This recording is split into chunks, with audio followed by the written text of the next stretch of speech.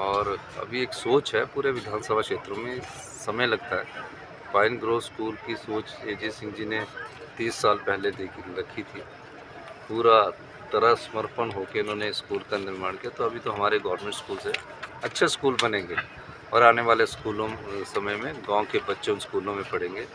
जो शिक्षा के स्तर में अंतर नहीं आना चाहिए बच्चों के बीच में, हमारी सरकार उस दिशा से काम कर रही है। सर, आपने बताया कि 4 बच्चे इनके स्कूल में पढ़ रहे हैं, तो और निजी स्कूलों में भी बातचीत चली है? देखिए अनाथ जो भी ऑर्फन बच्चे जिन्हें हमने चिल्ड्रन ऑफ द स्टेट का दिया, तारा हॉल में पढ़ रहे हैं, डीएवी में पढ़ रहे हैं, जितने भी प्राइवेट स्कूल है उन्होंने उन बच्चों को अडॉप्ट किया है।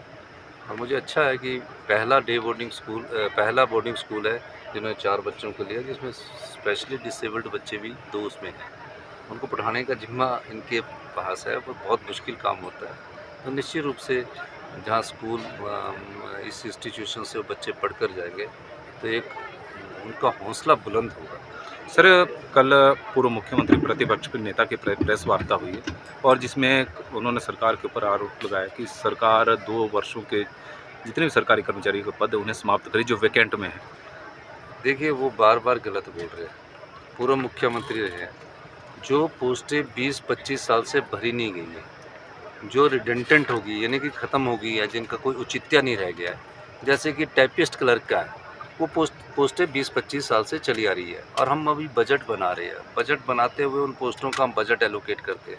हमने कहा उन पोस्टों की जगह जो आज जीओआईटी है, कंप्यूटर का ज़माना है, उन पोस्टों को आप लो और इसकी जगह दूसरी पोस्टें मांगें। और ये एक रूटीन प्रोसेस है। पोस्टें है कहाँ, पहले तो उनसे पूछो कि कौन सी कितनी पोस्टें ख़त्म की।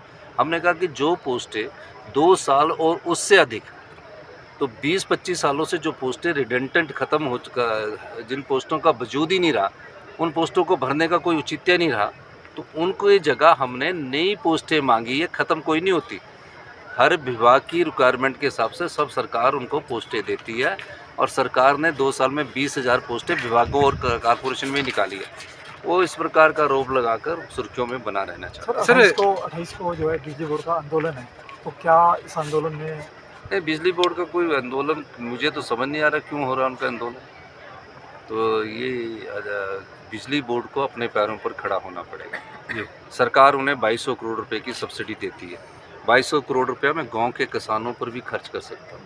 हम बिजली बोर्ड को अपने पाँव पर खड़ा करने की कोशिश कर रहे हैं। और 2.5 रुपये पर यूनिट जो बिजली बोर्ड के कर्मचारी हैं उनकी पेंशन पर और सैलरी पर खर्च होता है, 2.5 रुपये पर। फिर उसके बाद आप लोगों को मिलता है और उसके बाद सरकार अनुदान देती है।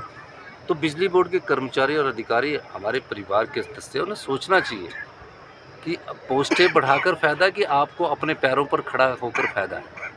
हमारी सरकार उनकी जो मांगे होंगी उस पर गंभीरतापूर्वक से विचार करेगी, लेकिन सरकार बिजली बोर्ड के कर्मचारियों को सोचने की ज़रूरत है।